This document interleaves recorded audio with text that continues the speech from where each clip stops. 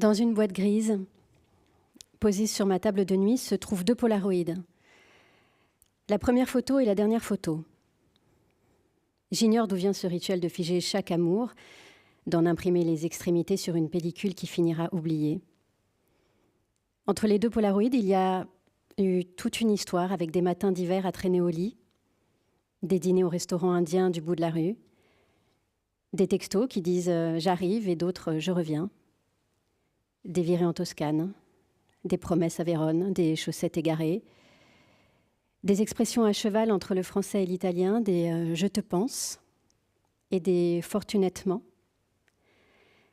Une série télévisée où 2 chercheurs de métaux traquent l'or dans la campagne anglaise, un dégât des eaux, un confinement, des listes de courses échouées sur la table du salon, des livres commencés, des festivals lointains, des anniversaires avec des bougies qui ne s'éteignent pas, des plats ratés, d'autres répétés, des déclarations d'amour sur des pots de clémentine, la chanson Boca di Rosa, des promenades, des engueulades et des sourires à travers la fenêtre. La première photo est celle d'un lit défait dans une maison de campagne en Italie. Un drap blanc est à moitié replié dans la chaleur de l'été. Les oreillers portent encore l'empreinte des visages. C'était au réveil chez T, dans une chambre suspendue au-dessus d'un champ d'oliviers, quelques semaines après notre rencontre. Lors d'une soirée dans le sud de la France, il avait surgi sur la terrasse au moment où je tentais d'allumer un barbecue avec un sèche-cheveux. Je soufflais sur des braises tandis qu'il avançait vers moi avec sa longue silhouette, ses traits fins, ses boucles noires et son visage d'ange échappé d'un tableau de la Renaissance italienne. Plus tard, il me racontera notre première conversation évaporée dans les vapeurs de l'alcool. Dans un anglais approximatif, je lui avais expliqué que j'étais journaliste, chroniqueuse judiciaire dans un quotidien. Il m'avait demandé ce que j'aimais faire à part écrire. J'avais répondu « rien ». T s'était sûrement dit qu'il fallait ne pas laisser passer une fille qui n'aimait rien, parce qu'il m'avait invité à le rejoindre dans cette maison près de Rome, au milieu des champs d'oliviers. De la fenêtre, on voyait le cimetière où reposaient ses ancêtres. La dernière photo représente la table de notre salon 3 ans plus tard, le 30 juillet, après le départ de T pour Rome, traînant sa valise noire au ventre rond dans un bruit de grabuge. Des amis avaient traversé la ville avec des ravitaillements, de la vodka et mes sandwichs turcs préférés. À 2 heures du matin, juste après leur départ, les fenêtres ouvertes sur une nuit sans étoiles, la tête qui tournait, le chagrin qui battait dans les tempes, j'avais appuyé sur l'objectif du téléphone. La fin était figée ainsi. Une boule d'aluminium, des cadavres de bouteilles, des verres en vrac et une tablette de chocolat éventrée. La nappe vert d'eau était froissée. La tache de vin se mélangeait à celle de graisse. On aurait dit l'une de ces natures mortes néerlandaises, celles qui parviennent à saisir cette extraordinaire capacité qu'ont les objets à prendre le pli de la vie. La fin avait une gueule de chaos.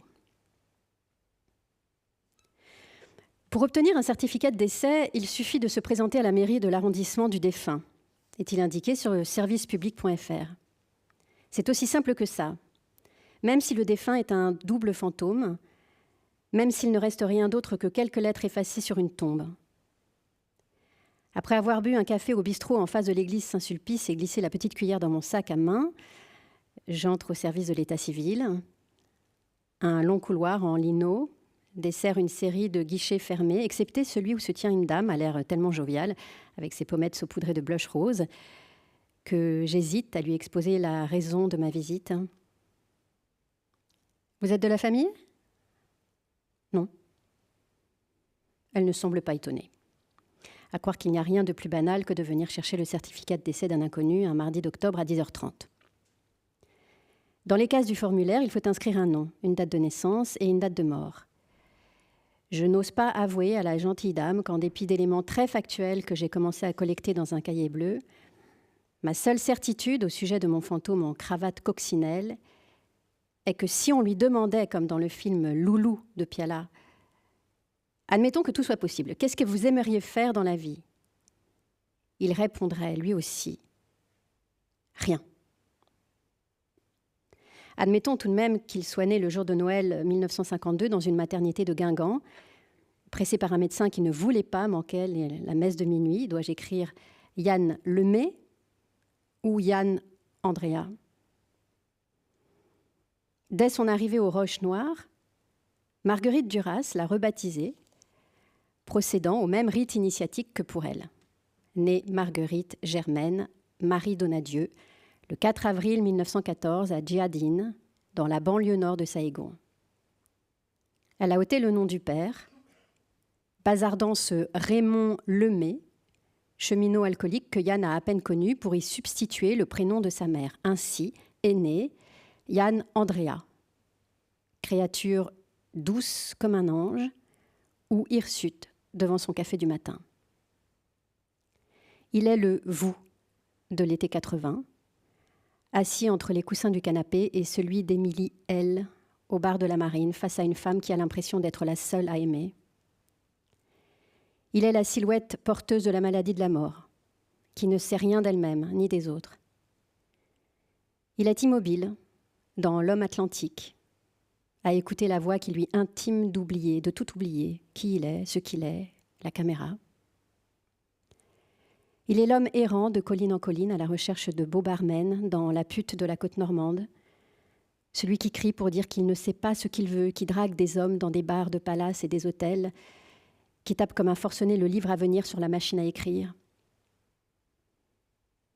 Il est ce corps allongé et nu, dans les yeux bleus, cheveux noirs, n'osant pas s'approcher de l'écrivaine qui le trouve beau comme rien d'autre dans l'univers, aucune plante, aucun animal, et qui a envie d'embrasser ses yeux, son sexe, ses mains.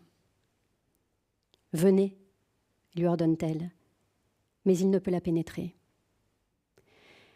Il est pour toujours l'étudiant breton maigre et élégant de Yann Andrea Steiner qui entre avec son parapluie noir en toile vernissée, alors qu'il fait beau, dans le hall des Roches Noires. Yann Andrea initie et boucle le cycle atlantique. Près de 15 ans de littérature, de 1980 à 1993, qu'il traverse de son impossibilité à être et à faire, de sa langueur innocente et sa pâleur de minuit. L'amant évanescent, l'esquiveur de toute une vie. Le héros de ces histoires où tout est abandonné, tout est pardonné, tout est à recommencer. Peut-être même se cache-t-il derrière cet arbre du jardin de Vitry dans la pluie d'été, avec son tronc aussi droit qu'un trait sur une page nue. Cet arbre sans âge, indifférent à tout, aux saisons et aux latitudes, dans une solitude sans recours. Pressentant quelques rigidités de l'administration, j'inscris Yann Lemay sur le formulaire. Pour la date de décès, c'est tout aussi compliqué. Selon la dépêche AFP, le jeudi 10 juillet 2014, le corps sans vie de l'écrivain Yann Andrea, de son vrai nom Yann Lemay, dernier compagnon de Marguerite Duras, qui vécut avec elle jusqu'à sa mort, a été retrouvé dans son appartement parisien. Ce jour-là, Météo France annonçait à l'est de la ligne Lyon-Paris-Lille un temps très nuageux, avec de la pluie. À l'ouest, il y avait un risque d'averse. Les températures étaient apparemment fraîches pour la saison. 3 explosions violentes avaient secoué Jérusalem. Les députés avaient voté un projet de loi sur l'agriculture. La SNCM avait repris le trafic à 80%. Le typhon Neoguri avait atteint les îles principales du Japon. Le taux du livret A était descendu à 1%. Le ministre allemand des Finances avait qualifié de tellement idiot l'espionnage américain. Une unité d'oncologie avait fermé à Garches. Un directeur d'hôpital avait été licencié en Pologne après avoir refusé un avortement. Le chikungunya faisait des ravages dans les Antilles. Un petit garçon de 8 ans était mort en colonie de vacances, dans l'Ariège. L'Union européenne avait compté 100 millions d'habitants de plus qu'en 1960 et un pirate informatique avait bloqué les inscriptions d'électeurs en Tunisie.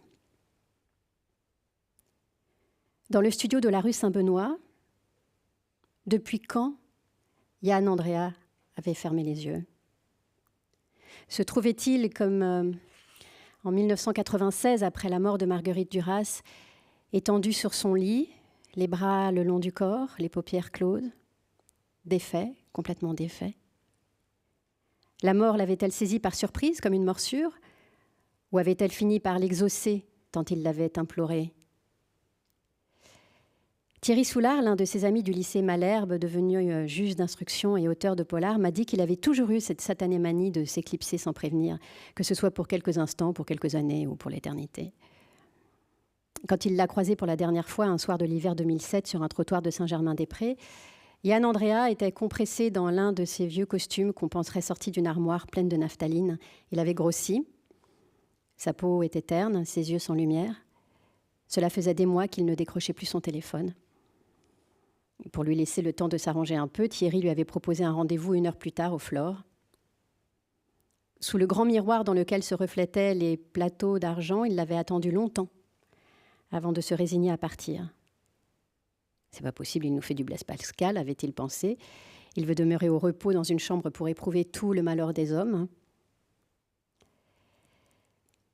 À en croire une équipe d'experts internationaux réunis sous l'égide de l'European Society of Cardiology, il est tout à fait possible de mourir de chagrin. Le syndrome de Takotsubo, également appelé syndrome du cœur brisé, peut apparaître après un stress physique ou psychologique intense et se traduit par des signes évocateurs d'un infarctus du myocarde. Sur les schémas, en coupe, figure un tissu musculaire avec des annexes nommées endocarde et péricarde, ainsi que des cellules qui ne ressemblent à aucune autre, les cardiomyocytes. Les artères coronaires convoient le sang jusqu'au cœur. En cas d'obstruction, c'est l'infarctus. Yann Andrea est peut-être mort de chagrin, d'un lent chagrin qui a commencé en 1996 par grignoter ses muscles, puis est remonté par les coronaires jusqu'à atteindre le myocarde exactement au moment où le typhon Nyoguri atteignait les îles principales du Japon. Je note la date du 10 juillet et rends le formulaire à la dame. Même les bruits de sa recherche sont prime-sautiers. Les clics-clics-clics de la souris, les tac-tac-tac des touches. Combien d'exemplaires? Un seul. En rangeant les feuilles au grain épais dans mon sac, j'espère une explication alternative au Takotsubo. Quelque chose qui n'engagerait pas mon propre pronostic vital. L'hypothèse du suicide ne tient pas la route. On aurait forcément trouvé un indice, une lettre, une corde, des médicaments, une fiole de poison. Yann Andrea était certes redoutable, mais de là à se donner la mort sans laisser de traces. Sur un banc, en face de la grande fontaine où chahutent des enfants, je ressors le papier. La dernière fois que je suis venue ici, j'étais étudiante et je distribuais des tracts pour l'Institut finlandais qui tenait un stand au marché de la poésie. Et sur cette place, j'ai appris que le F n'existe pas en finnois, que Kitos veut dire merci et Karto Passilina, bûcheron, journaliste et poète, écrivait de très beaux livres, dont celui-ci. Un homme malheureux avec un début d'ulcère à l'estomac plaque tout. Sa femme, son travail de journaliste et la civilisation, pour suivre un lièvre blessé au fond de la forêt. Ensemble, ils parcourent la Finlande, rencontrent tout un tas de personnages, un aigle, un ours, un frère perdu de longue date, quelques ivrognes, et réalisent que n'importe qui peut mener ce genre de vie, à condition de savoir renoncer d'abord à son autre vie. Tandis que Yann Andrea se transforme en lièvre blessé, le cœur battant, je lis. Le 10 juillet 2014, nous avons constaté le décès dont la date n'a pu être établie de Yann Raymond Lemay, domicilié à Paris 6e arrondissement, 26 rue Saint-Benoît, né à Guingamp, Côte d'Armor, le 24 décembre 1952, écrivain, fils de Raymond André Lemay, retraité, et de Andrea M, retraité, domicilié à Agen, Lot-et-Garonne. Célibataire. Le corps a été retrouvé en son domicile, dressé le 11 juillet 2014 à 15h30 sur la déclaration de AM, âgé de 34 ans, gardien de la paix, exerçant à Paris 6e arrondissement, qui, lecture faite, invité à lire l'acte, a signé avec nous. GR, fonctionnaire municipal délégué dans les fonctions d'état civil par le maire du 6e arrondissement de Paris. Acte notarié établi le 15 octobre 2014 par maître PM, notaire à Paris, 8e arrondissement, signé Amélie Dardemar. L'administration française ne précise pas si on peut ou non mourir d'amour. Elle se borne à indiquer que Yann Raymond Lemay, il porte aussi le prénom de son père, s'est éteint un jour non établi de juillet 2014 et que ce jour-là, au-dessus de son corps inerte, dans un petit appartement du 6e arrondissement, était penchée une jeune femme de 34 ans.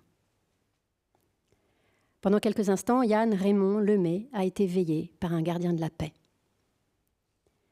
Tandis qu'au cimetière du Montparnasse, Marguerite, Germaine, Marie, Donadieu l'attendaient, en comptant des mouches.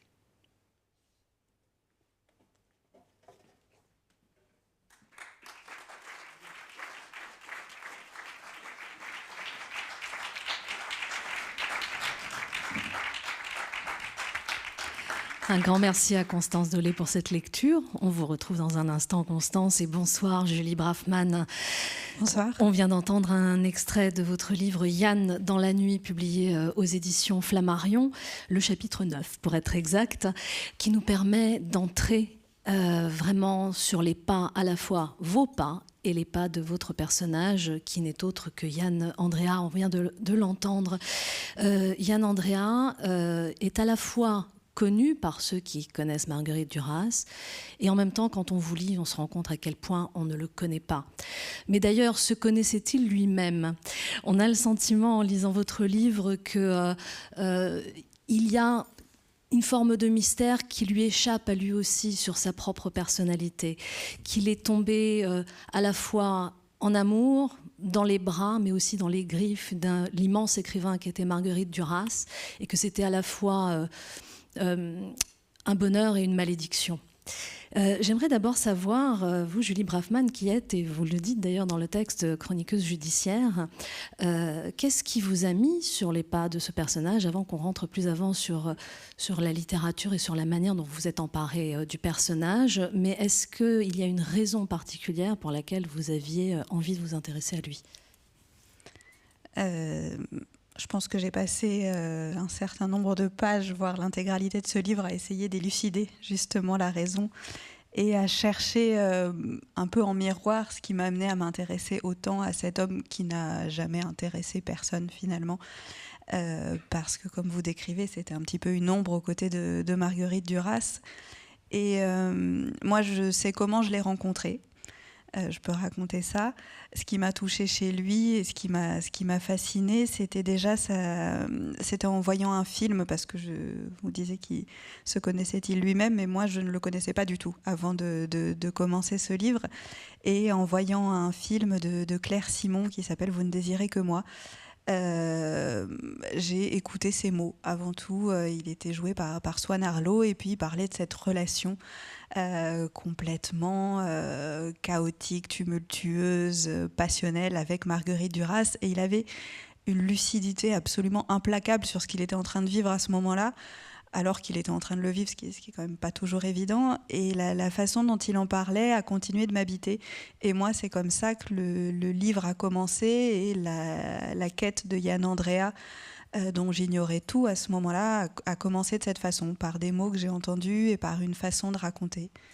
Alors, vous avez fait le choix, si tant est que ce soit un choix, on va voir d'ailleurs, parce que vous dites que vous avez essayé aussi de comprendre des choses vous-même en écrivant ce livre, de le raconter d'une manière assez particulière, puisque on vous trouve aussi sur ces traces dans le livre, que ce soit entre les lignes ou de manière beaucoup plus assumée, vous êtes présente dans ce livre.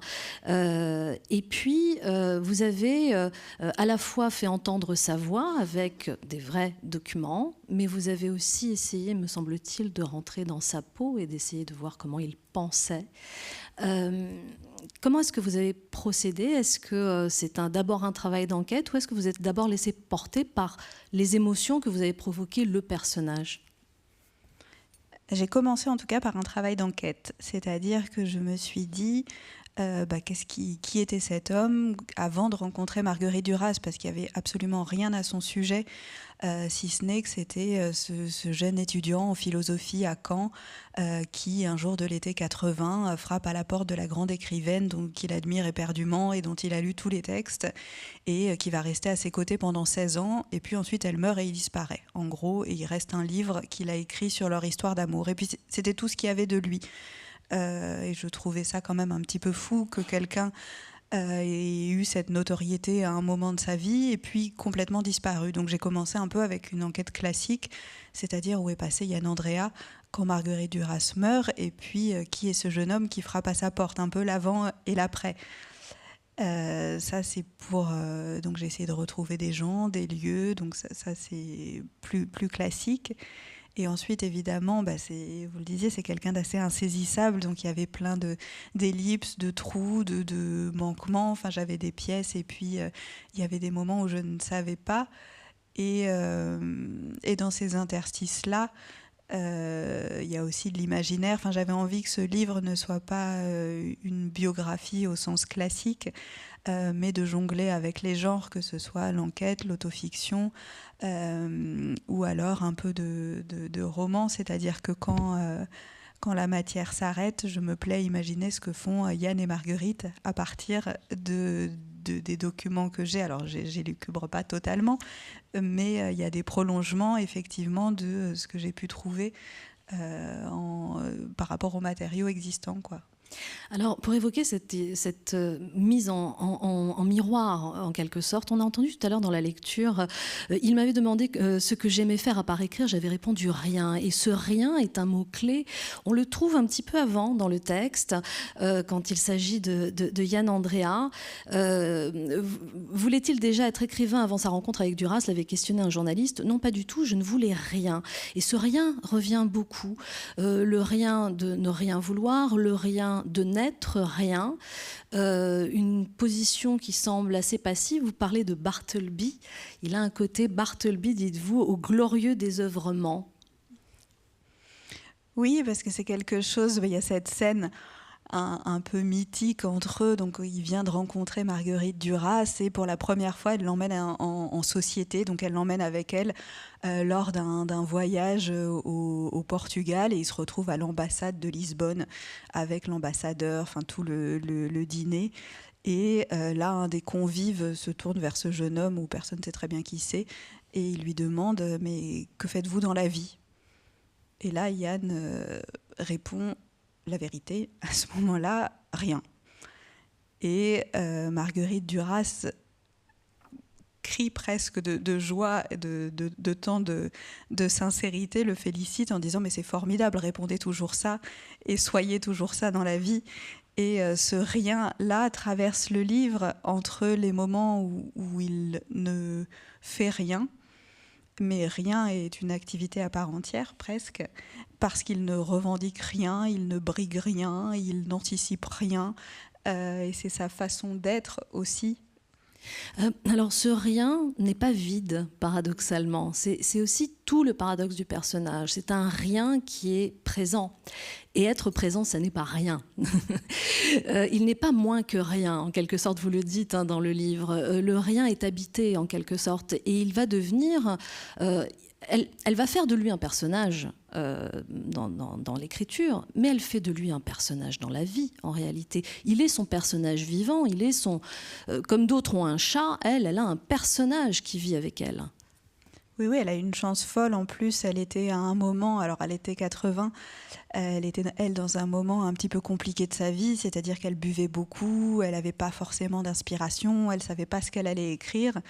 Et tout d'un coup, 3 coups à la porte de ce jeune homme qui lui écrit des lettres, elle ouvre la porte, et là, mieux que tout ce qu'elle aurait pu rêver, un de ces personnages en chair et en os, avec son parapluie noir, son petit sac, c'est ce côté complètement évanescent, très beau. Il est impossible comme elle aime, puisqu'il est homosexuel, et ça, c'est quelque chose qui va beaucoup la travailler. Il y a toute la question du désir, et ça va devenir cet homme très évanescent à qui elle peut faire dire, elle peut faire ce dont elle a envie. La question du désir est effectivement aussi paradoxale parce qu'elle est en attente, en demande de désir charnel. Lui est en demande de littérature. Il lui dit il veut de la littérature, elle veut du désir. Il y a une forme à la fois de confrontation parce qu'elle l'assigne au rôle de personnage et ensuite elle lui demande d'être un être charnel. Oui, c'est ça, c'est qu'en fait, elle aimerait qu'il désire Marguerite, mais sa grande déception, c'est qu'il désire davantage Duras, et que c'est plus le livre que le corps qui lui, l'anime, et ce sera un objet de grande frustration pour elle, en tout cas au début, dans les lettres qu'elle lui écrit et que j'ai pu retrouver. Il y a quelque chose de terrible parce que elle, le désir et le désir charnel, c'est quelque chose qui traverse tous ses textes. Pour elle, l'amour ne peut aller qu'avec le désir charnel. Et donc d'avoir cet homme qui se dérobe et qui résiste à ça, elle le vit de façon absolument à la fois tragique et dans une rage, ça la met dans une rage folle. Est-ce qu'on peut dire que Yann Andrea est un écrivain qui n'écrit pas ? C'est un des titres d'un de vos chapitres. Oui, je pense même. C'est difficile parce qu'il a écrit quand même. Il a écrit sur elle. Et quand il a écrit sur elle, il a réussi à écrire. Enfin, il a eu un certain succès quand il a publié Cet amour-là au début des années 2000. Mais il a essayé ensuite d'écrire ailleurs, si on peut dire, que sur cette histoire d'amour. Et il était désespéré de ne pas arriver à écrire. Il se disait sans histoire. Enfin, il y a quelque chose comme s'il n'était traversé par rien, on y revient. Et que ça existait d'être sans histoire. Et je pense qu'il se vivait comme un écrivain qui ne pouvait pas écrire, qui a écrit pendant une partie de sa vie par procuration à ses côtés, parce qu'il y avait un côté extrêmement à la fois jouissif, enfantin, enfin, dans leur complicité à l'écriture. Et puis quand il était seul, ça devenait quelque chose de redoutablement éprouvant pour lui, de nuit sans fin au comptoir de bar, à essayer de faire des phrases qui se dérobaient comme ça plus il avançait. Donc il a un rapport à l'écriture qui est extrêmement tourmenté. Elle est à la fois, elle l'adore et simultanément elle le fait souffrir, mais on a le sentiment que la manière dont elle traite Yann Andrea serait peut-être la manière dont elle traite tous ces personnages de papier. Elle le triture en quelque sorte, elle le malaxe jusqu'à la douleur, mais on a le sentiment qu'elle l'épuise aussi comme elle pourrait le faire en écrivant. Oui, il y a de ça, mais je pense que dans l'autre sens, il l'a beaucoup épuisée aussi, comme dans toute relation, c'est-à-dire que c'était à un autre endroit où elle était exténuée de courir derrière cet homme qui disparaissait la nuit pour retrouver d'autres hommes dans Paris et qu'elle pourchassait pendant des lustres. Donc il y a quelque chose où chacun était un impossible pour l'autre et épuiser l'autre à un certain endroit de la relation. En enquêtant sur lui, vous découvrez quand même ses origines familiales. Il y a une fratrie derrière. Il y a une sœur très aimée, Pascal, qui est un personnage très important dans sa vie. Qu'est-ce qu'on peut dire de Pascal ? Quel rôle elle joue ? Oui, c'était une grande inconnue. Pour moi, la famille, c'est-à-dire je ne savais pas du tout d'où venait Yann Andrea, enfin Yann Lemay en l'occurrence, puisqu'il n'était pas encore Yann Andrea, de quelle famille, donc d'essayer de reconstituer un peu cette fratrie qui était composée de 6 enfants qui ont une enfance assez tragique puisque les parents se sont séparés assez tôt. Ils ont été un peu éparpillés, alors certains à l'orphelinat, certains avec le père, d'autres avec la mère. Et il y a dans cette fratrie, il y a Pascal que vous évoquez, qui est sa sœur cadette. Ils ont 12 ans d'écart. Et c'est quelque chose d'un petit peu fou dans la trajectoire parce que c'est la seule autre personne de la famille qui va dédier entièrement sa vie à l'écriture. Et qui va vivre un petit peu comme Yann Andrea, c'est-à-dire pendant des années dans un petit studio, perché sous les toits, toute seule, où elle va s'astreindre à écrire tous les jours, à n'aspirer qu'à ça, à une exigence littéraire dans une espèce de tour d'ivoire. Enfin, il y a quelque chose entre les deux, d'une forme de gémellité dans la façon dont il se donne entièrement à l'écriture, avec dans un geste complètement sacrificiel en plus, tous les deux. jusqu'à la fin de leur vie, parce qu'ils connaîtront presque la même fin. Une gémellité peut-être presque comme une conscience ou un double, mais qui serait un peu la conscience vers laquelle il peut se tourner, et celle avec laquelle il peut réfléchir en quelque sorte, parler de lui. C'est seulement avec elle qu'il est question de lui, vraiment, me semble-t-il. Il y a un extrait que Constance va nous lire qui nous permet de le comprendre. Lettre à Pascal. Lettre à Pascal, le 6 juin 1985. Ma chère Pascal, j'ai bien reçu ton mot et j'espère que ton travail a été apprécié par la direction du cours. Je me trouve dans une position intenable. Si tu as lu La maladie de la mort, tu peux comprendre. C'est exactement moi. Je suis privée de tout amour. Je suis un pauvre pédé sans imaginaire et en plus sachant que rien ne pourra résoudre ce manque existentiel d'aimer.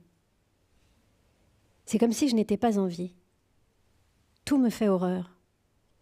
Sauf attendre d'être au lit seule et de dormir. Et dès le matin, ça recommence.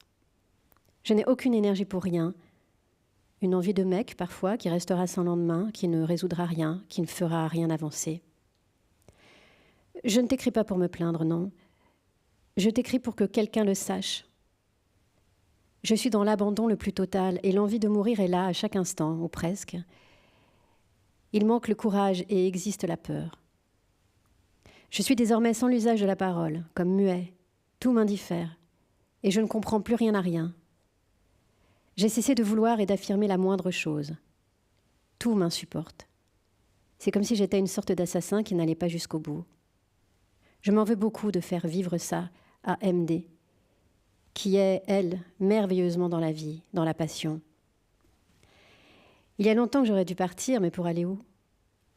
Je suis hors d'état de fonctionnement. Et si je t'écris, c'est que je viens de boire 3 bières en cachette, en faisant les courses. Et aussi parce que je sais que tu peux comprendre cela. Il y a des mois que je n'ai pas touché à un stylo. Voilà ce que je voulais t'écrire. Ce n'est pas la peine de t'alarmer, c'est une situation qui dure maintenant depuis presque 1 an. Continue, toi, à faire ce qui te plaît avec cette passion et cette intelligence des autres et de toi-même. Je t'embrasse. Yann. Alors c'est poignant parce qu'on a vraiment le sentiment que c'est presque un cri et que simultanément elle s'excuse de pousser ce cri. Elle est une soupape de sécurité, Pascal, en quelque sorte. Elle est en tout cas quelqu'un, de ce que j'ai pu retrouver, à qui il a énormément écrit pendant toute sa vie, à qui il s'est énormément confié, mais de toutes les façons possibles, c'est-à-dire à la fois dans la légèreté, dans les moments de joie, dans ceux de tristesse absolue comme celui qu'on vient d'entendre, de désespoir. Enfin, ils ont vraiment cheminé côte à côte, où il lui raconte, elle est la première, je pense, à qui il écrit quand il rencontre Marguerite Duras, quand elle le fait tourner dans un film, quand il est aux Roches Noires, quand il a envie de mourir, quand il a envie de boire, quand il se promène la nuit, quand il part en vacances à Saint-Tropez. Enfin, elle le suit et il lui raconte ce qu'il vit. Et en quelque sorte, le regard de Pascal rend un peu tangible son existence, lui qui se considère comme rien, qui est cette ombre que vous évoquiez tout à l'heure. Finalement, le fait de poser sur le papier ce qu'il vit et de le raconter à Pascal rend son existence tangible, non? Je pense qu'en tout cas, le papier rend son existence tangible parce que en tout cas de ce que moi j'ai pu comprendre, et je ne voudrais pas parler à la place, mais c'est-à-dire qu'il s'accroche beaucoup, il note ce qu'il vit et ce qui lui semble important et il écrit à ceux qu'il aime de tout temps. Quelles que soient ces personnes, célèbres ou pas, que ce soit sa sœur Pascale, Roland Barthes, Marguerite Duras, son ami Franco, enfin tous ces gens, il leur écrit. Et le papier, je crois, lui permet de toucher à quelque chose de tangible, c'est ce que vous disiez. Alors, je disais que Marguerite Duras a fait de lui un personnage de papier, de roman, mais vous vous êtes aussi transformé en personnage en écrivant ce livre, comme si c'était une sorte de juste retour des choses, comme si c'était une politesse que vous faisiez à Yann Andrea en disant « tu as été un personnage toute ta vie, puisque je m'intéresse à ta vie, je vais devenir un personnage ». Est-ce que c'était ça un peu la démarche ? Oui, c'était exactement ça. Puis ça allait même plus loin. Il y avait un truc un peu facétieux qui était de dire toi, tu as toujours été un personnage et là, je suis en train de m'évertuer à te ramener dans une forme de réalité puisque je le cherche absolument partout dans le réel, entre guillemets, c'est-à-dire ce qu'il avait pu vivre, sa famille, toutes les traces de sa vie. J'essaie de reconstituer sa mort, j'essaie de reconstituer. Et puis moi, qui suis là à faire tout ça, je vais faire l'inverse. Je vais faire de moi un personnage et puis je vais le rencontrer à cet endroit-là, c'est-à-dire on va se parler en tant que personnage aussi. Et j'ai un petit peu joué avec ça. Vous disiez tout à l'heure qu'il notait tout. Quand vous dites tout, c'est littéral, c'est-à-dire qu'il va noter même la soupe qu'il a consommée, le yaourt, la marque du yaourt, des choses qui peuvent paraître totalement superficielles et triviales, mais dont vous expliquez très bien que finalement, elles font l'épaisseur d'une vie en réalité. Oui, il mangeait de la crème de marron Clément Faugier. Moi, j'avais jamais goûté. Je suis allée en acheter au supermarché. Et maintenant, je mange également de la crème de marron Clément Faugier. Donc oui, et ça fait complètement l'épaisseur de la vie. Et ça, c'est... on en sourit, mais moi, je me suis régalée en lisant ces cahiers. Alors, je fais un petit peu une ellipse dans le récit, mais en trouvant ces journaux où il tient comme ça le compte-rendu de sa vie matérielle, comme dirait Marguerite Duras, qui est un régal absolu parce que parfois je savais rien de lui, rien de ce qu'il faisait à une époque, mais je pouvais dire exactement ce qu'il avait mangé matin, midi et soir. Et c'était une sorte de boussole de savoir qu'il y avait eu, je sais pas, des petits pois avec du rôti. Ça, c'était sûr, j'avais la date, le jour et je savais ce qui s'était passé. Par contre, le reste, tout pouvait s'effondrer autour, il le notait pas. Oui, mais là encore, on est dans une tentative de se raccrocher au réel parce qu'il n'y a rien de plus pratique et réel que ces choses-là. Oui, et puis c'était lui qui me l'offrait, ce réel-là, c'est-à-dire que dans ces journaux intimes que je vais trouver au cours de mon enquête, il y a une vingtaine de cahiers qui vont de 1996, enfin même un peu plus tard, de 98, 2 ans après la mort de Marguerite Duras, jusqu'à sa mort à lui. Alors ça s'arrête quand même quelques années avant, mais jusqu'à 2006, donc il y a quand même pas mal d'années où la trace qu'il garde, en tout cas celle qu'il consigne chaque jour et ce qu'il attache au papier à ce moment-là, c'est ce qu'il mange, c'est ce qu'il voit, c'est qui il voit. Et ce sont des descriptions qui sont souvent très elliptiques. C'est une couleur de ciel, un repas. C'est une sorte de cadavre exquis, quoi, mais intime. Alors, vous parlez de la couleur du ciel, ça me fait penser que justement, vous, en tant que personnage dans le livre, vous parlez d'une photo qui montre le ciel et qui ne montre que le ciel à travers une fenêtre et vous racontez tout ce qu'il y a derrière cette photo, tout ce qu'on ne voit pas. Mais vous, quand vous voyez le ciel, vous voyez tout ce qu'il y a derrière. Et là encore, vous vous mettez en miroir avec Yann Andrea parce que c'est un peu comme si vous nous disiez que quand vous lisez qu'il mange de la crème de marron, vous voyez derrière cette crème de marron tout ce qui se passe. Oui, c'est un petit peu la fin du livre.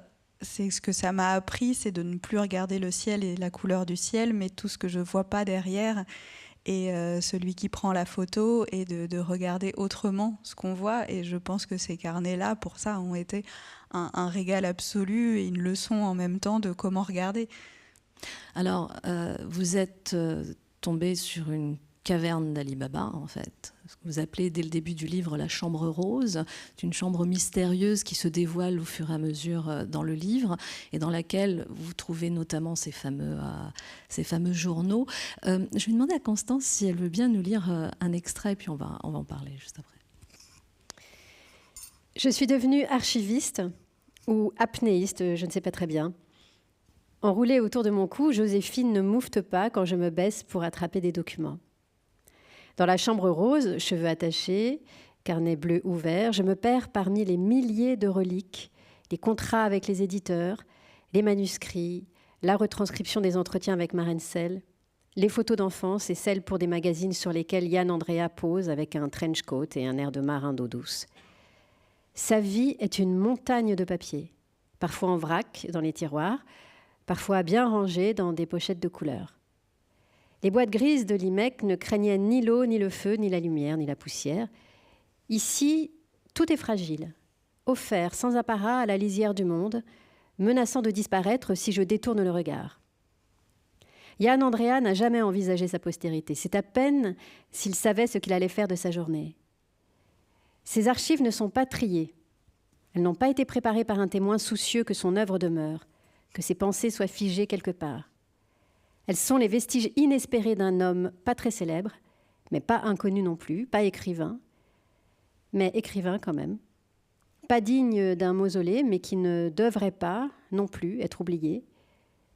Comme ces silhouettes à Pompéi, ces corps à jamais immortalisés dans l'état dans lequel la lave les a trouvés, elles gisent pêle-mêle. Une facture d'électricité est coincée pour l'éternité entre les pages d'un calepin. Elles sont le condensé de ce que Pascal a pu sauver, de ce que Iris a pu garder. Deux fées penchées sur un tombeau. Les journées et les journaux de Yann Andrea, cette vingtaine de carnets tout format, toutes couleurs, qui vont de juillet 1998 à avril 2006, m'absorbent tout entière. Ils brillent de révélations sur son emploi du temps et lèvent le voile sur les périodes de mystère. Ils représentent près de 10 ans d'une folle ténacité à décortiquer le quotidien et ses facéties, à vérifier que les jours se répètent sans faiblir, à ne rien laisser passer de la vie. Pas un coin de ciel gris ne lui échappe. Yann Andrea vit sous la tutelle de sa plume, se meut dans le carcan de ses heures égrenées page après page. Peut-être même l'encre précède-t-elle l'acte. Tant que bat la cadence du stylo, il peut adapter celle de ses pas. Je le suis dans les rues de Paris, dandy fauché qui vivote grâce aux droits d'auteur, les siens et ceux légués par Marguerite Duras. Je me perds dans ces nuits au comptoir de bar. Je souris quand débarque entre deux indications horaires le bruit des oiseaux et le ciel bleu. Hors de ces pages, dans les interstices des 1001 repas consignés avec une ferveur de moine copiste, s'envolant du blanc immaculé, il ne reste plus qu'à imaginer tout ce qui va de travers. Merci Constance. C'est à la fois, j'imagine, jouissif et en même temps complètement vertigineux d'avoir accès à tous ces éléments. Oui, c'est un beau résumé. Oui, surtout que je ne m'y attendais pas. Comme je vous expliquais au départ, mon travail, c'était... en tout cas, ma démarche, c'était d'essayer de trouver une trace. Et puis, j'étais convaincue d'être face à quelqu'un qui était un petit peu un génie de la disparition. C'était un fantôme, un double fantôme, un triple fantôme. Il arrivait à disparaître de sa tombe, de son certificat de décès, de sa propre mort, de sa vie. Il se dérobait partout où je le cherchais. Et il y avait des années de sa vie, on ne savait plus du tout ce qu'il était devenu. Donc je me préparais à travailler autour de ça, autour de l'empreinte impossible. Et puis au cours de l'enquête, tout d'un coup, grâce à Iris, qui est évoquée dans l'extrait, qui est une amie de sa sœur Pascal, je découvre qu'il reste, alors Iris a dit quelques archives, très modestement, quand elle m'a invitée chez elle, dans cette chambre rose. Mais en fait, dans ce petit meuble en plastique Ikea, il y a toute la vie de Yann, avec, comme le lisait Constance, des carnets, des photos, des manuscrits. Et tout d'un coup, je quitte un peu le monde du rien et de la trace impossible pour me retrouver face à une profusion totale, avec une matière complètement folle et la vie de quelqu'un qui ne m'a rien demandé entre les mains, ce qui était absolument euphorisant au moment de la découverte et puis terrifiant quand il s'agit d'en faire quelque chose ensuite. Est-ce que le fait de trouver ces traces est aussi ce qui va servir de révélateur, parce que tout d'un coup, vous allez le voir, vous disiez un fantôme, un triple fantôme, et finalement le fantôme se matérialise a posteriori en quelque sorte. C'est-à-dire qu'il y a un très beau passage où vous imaginez des endroits où vous êtes passé, où vous avez pu le croiser, comme si tout d'un coup il apparaissait et vous vous rendez compte qu'en réalité il avait toujours été là. Oui, c'est exactement ça. C'est-à-dire que, et puis il est là d'une façon... on ne peut plus presque trivial. Il est là dans la rue, je sais là où il marche, je sais à quel angle de rue il tourne, je sais là où il achète ses cigarettes, je sais là où il va boire son Pims champagne, je connais la couleur de sa cravate, je sais ce qu'il achète au magasin Proxy et s'il préfère le Yop Vanille ou le Boursin. Je sais des choses de lui, je sais même qu'il se rase les poils sous les bras. Enfin, ça devient, tout d'un coup, il surgit et avec un récit on ne peut plus de la vie telle qu'elle va, quotidienne, réelle, triviale. Et donc se substitue quelqu'un qui existe et que j'entrevois, et le fantôme s'en va. Et il faut changer. C'est peut-être pour ça que le livre est aussi construit en deux parties. C'est que c'est les deux facettes du même homme. Cette matérialisation dans votre vie de Yann Andréa, quel impact ça a sur vous ? Je crois que c'était surtout l'imaginaire, parce que ça ouvre. Il n'y a rien de mieux pour se mettre à imaginer qu'avoir des listes, qu'avoir des choses, qu'avoir un coin de ciel bleu, que connaître une balade. Et puis ensuite, on comble le reste. Et moi, j'ai beaucoup joué avec ça, avec ce qu'il a voulu laisser. Alors, je dis voulu, peut-être qu'il n'imaginait pas qu'on le trouve. En tout cas, c'est ce qu'il a noté et c'est ce qu'il a laissé. Donc j'essaie à la fois de respecter ça et puis de saisir derrière ce qu'il aurait peut-être aimé qu'on en dise, en me tenant toujours un peu sur mes gardes de ne pas trahir ou de ne pas aller trop loin, de ne pas superposer des choses que moi je penserais et qui ne lui correspondraient pas. Enfin, c'est un peu un exercice de funambule. Il a une vie, malgré tout, parallèle à celle qu'il a avec Marguerite Duras. Vous disiez tout à l'heure, son homosexualité fait qu'il va avoir des aventures avec des hommes. Il y a un homme qui est présent dans sa vie tout du long, F, comme vous l'appelez dans le livre, à qui il va aussi beaucoup écrire, qui va être très présent dans sa vie. On a quelques notes.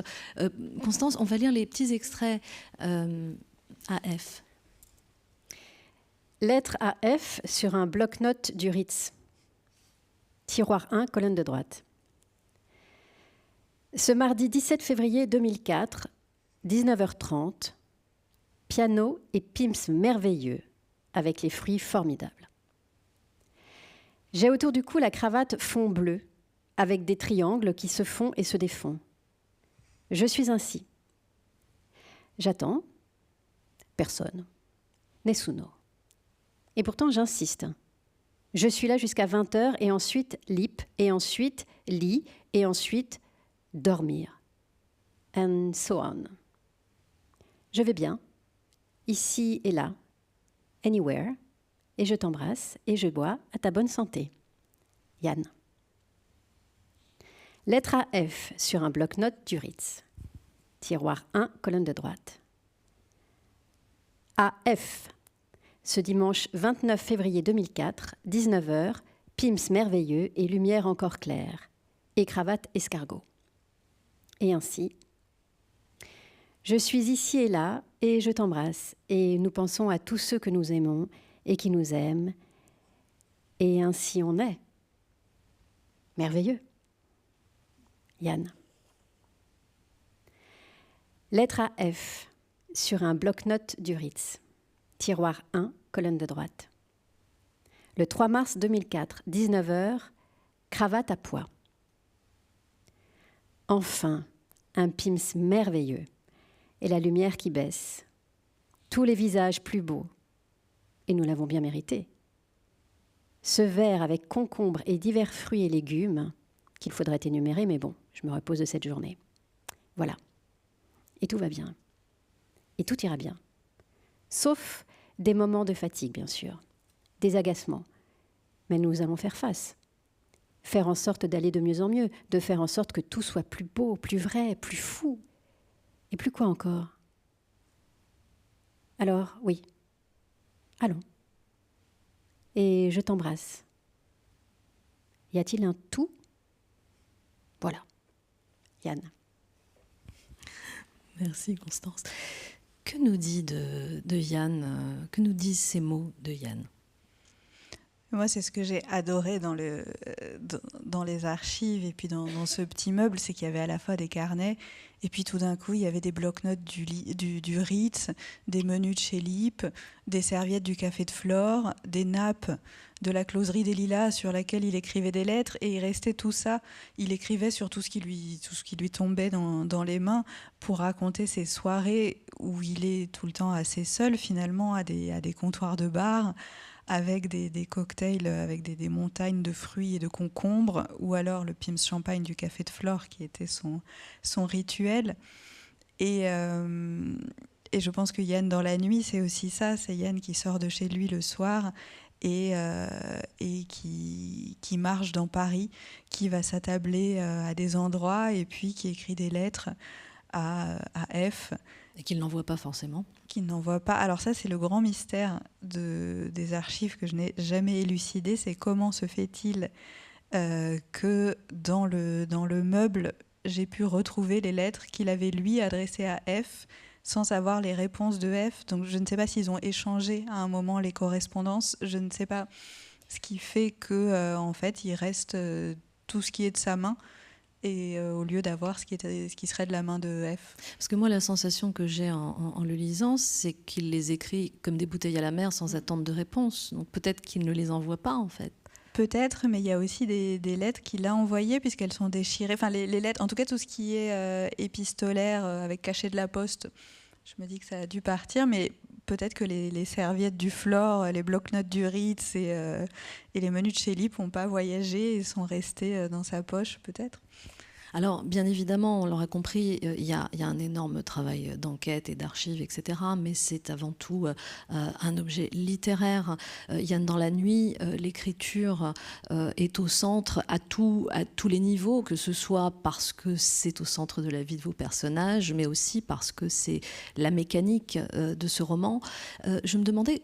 Comment est-ce que vous l'avez écrit? Je veux dire, au-delà des archives, etc. Est-ce que c'est quelque chose qui a aussi nécessité de la couture pour faire un clin d'œil à Duras, ou au contraire, est-ce que c'est quelque chose qui, une fois que vous aviez emmagasiné, digéré les archives, vous vous êtes laissé porter au fil de la plume? Non, je crois qu'il y a eu beaucoup de couture, beaucoup de sueur, beaucoup de réflexion, beaucoup de réécriture. Enfin, moi, c'est mon processus d'écriture qui est comme ça. C'est-à-dire que j'ai pas du tout un premier jet qui arrive et je me dis c'est exactement ce que je voulais dire. C'est plutôt que je ne sais pas ce que je veux dire, que je le découvre en le mettant sur le papier et qu'ensuite ça devient une matière de travail, un départ, et que les versions s'empilent comme ça de façon peut-être très lente, parfois poussive, parfois difficile, parfois plus facile. Mais en tout cas, oui, ça a été un grand travail de couture et de structure pour arriver à faire tenir ensemble le fait que le texte soit hybride. Il ne faut pas que ce soit segmenté. Donc pour que tous les genres et puis tous les chapitres de sa vie et puis que la chronologie s'emboîte bien. Oui, c'est du tissage. Est-ce qu'on pourrait dire que c'est un dialogue qui ne dit pas son nom avec Yann Andrea, une forme de conversation qui n'aura jamais lieu, mais qui en quelque sorte a lieu malgré tout? Oui, je pense. Après, je sais pas. Je pense que quand on écrit sur quelqu'un ou sur la vie de quelqu'un, c'est forcément un dialogue, parce que l'idée même de le faire, c'est ce que vous disiez au début sur les raisons. Elles ne sont pas totalement élucidées parce que justement c'est quelque chose qui continue, enfin qui s'écrit et qui s'élucide dans la discussion de pourquoi ça m'intéresse autant et qu'est-ce qu'on s'est raconté comme ça tout le long. Mais moi en tout cas j'ai essayé de le construire comme ça, c'est-à-dire que alors moi j'apparais plus discrètement parce que le but c'est pas de raconter ma vie et ça n'aurait pas de sens, mais de montrer une sorte d'universalité et une discussion sur l'amour, sur la littérature, et d'en faire quelque chose dans les deux sens. Il reste malgré tout obsédé par l'écriture jusqu'au bout. Il a aimé Duras, mais il a aussi rencontré Barthes. il y avait de toute façon un destin, une prédestination à devenir un personnage pour... C'est un peu, comment ça s'appelle, personnage en quête d'auteur. Hein. On est vraiment dans cette idée-là du personnage qui frappe à la porte des écrivains en disant « mais écrivez-moi ». Oui, et puis il prend même les devants au cas où on ne lui écrirait pas, il écrit d'abord. mais c'est ça qui était assez fou, c'est que donc, au cours de l'enquête, une de ses amies, à l'époque où il vivait à Caen, il était étudiant à Caen, me dit « mais moi je me souviens qu'il était là, il était lycéen à Malherbe, il avait sa longue écharpe, un côté un peu dandy, et il disait « moi de toute façon plus tard je vivrai aux côtés d'un grand écrivain et ce sera Barthou Duras ». Je me dis, bon, bah, très bien.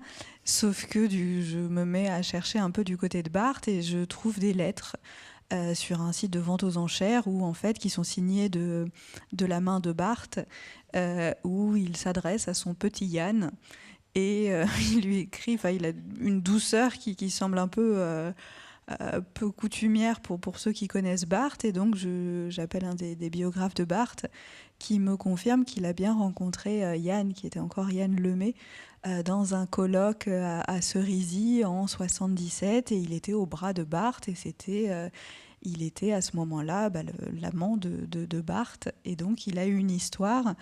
Et dans les lettres à F, il raconte aussi sa rencontre avec Barthes, qui a commencé parce qu'il lui a écrit une lettre, comme il a écrit à Marguerite Duras finalement. Mais alors, ce qui est surprenant, c'est qu'à la fois, on a cette sensation d'un personnage douloureux dans le sens où il a vécu des choses difficiles et il s'est laissé porter, il a été une sorte de victime consentante. Mais simultanément, quand on entend ce que vous venez de dire, il a réussi sa vie puisqu'il a fait exactement ce qu'il avait prévu de faire. Oui, je ne sais pas ce que c'est réussir ou rater sa vie. En tout cas, lui... la promesse qu'il avait faite au jeune homme de 20 ans qui voulait vivre de littérature, ça, assurément, il a réussi puisqu'il a vécu aux côtés... Alors, Barthes, ça semblait être plus éphémère, mais en tout cas, il a été aux côtés de deux monstres sacrés de la littérature, auprès de qui... alors, il y en a une, il était au cœur du processus littéraire, et puis l'autre, il a eu des échanges autour de la littérature aussi, donc... Vivre de la littérature et mourir aussi de la littérature. On peut presque dire qu'il est aussi mort de la littérature, n'est-ce pas ? Oui, peut-être qu'il est mort on se demandait dans le premier chapitre si on peut mourir d'amour. Lui, il est peut-être mort d'un chagrin littéraire, en tout cas de ne pas arriver, d'être un écrivain qui n'écrit pas. Cette rencontre touche à sa fin, Julie Brafman. Moi, je tiens vraiment à souligner la beauté de votre texte. C'est très difficile d'en rendre compte dans une discussion. On parle de choses plus concrètes, mais c'est aussi un très, très beau texte littéraire. On va vous retrouver dans un instant pour une dédicace, parce que le livre est disponible dans le hall. Mais je propose que les mots de votre livre soient les derniers qu'on entende avant de nous quitter. Constance. Au cimetière du Montparnasse, sous l'avalanche de cœurs et de stylos, Yann doit être fatigué qu'elle lui dicte sans cesse, qu'elle l'engueule quand il achète des tomates trop chères au marché et qu'elle le réveille à 4 heures du mat pour aller au Havre la nuit. Mais peut-être que c'est lui qui a gagné. Qu'ils ne font rien à part chanter Blue Moon. Une fois au Central, à Trouville, le serveur avait apporté à leur table La maladie de la mort pour une dédicace. Marguerite avait lancé « Vous savez qui est l'homme de mon livre ?»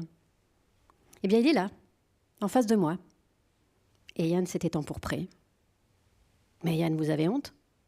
Vous trouvez que les livres n'est pas bien ?» Dans la chambre rose, l'homme de mon livre est là. J'écoute encore sa voix qui se perd dans le grésillement. Ma défaillance essentielle, c'est d'avoir le sentiment de ne pas appartenir, d'être capable de rien, d'être sans identité, explique-t-il. Il est là, l'homme aux 100 identités, qui fait les 100 pas sur la jetée de Trouville. L'homme atlantique, l'étudiant en costume de lin blanc marchant dans des décors grandioses et lépreux. Le promeneur du pont des Arts au petit matin. L'amateur de haddock exquis.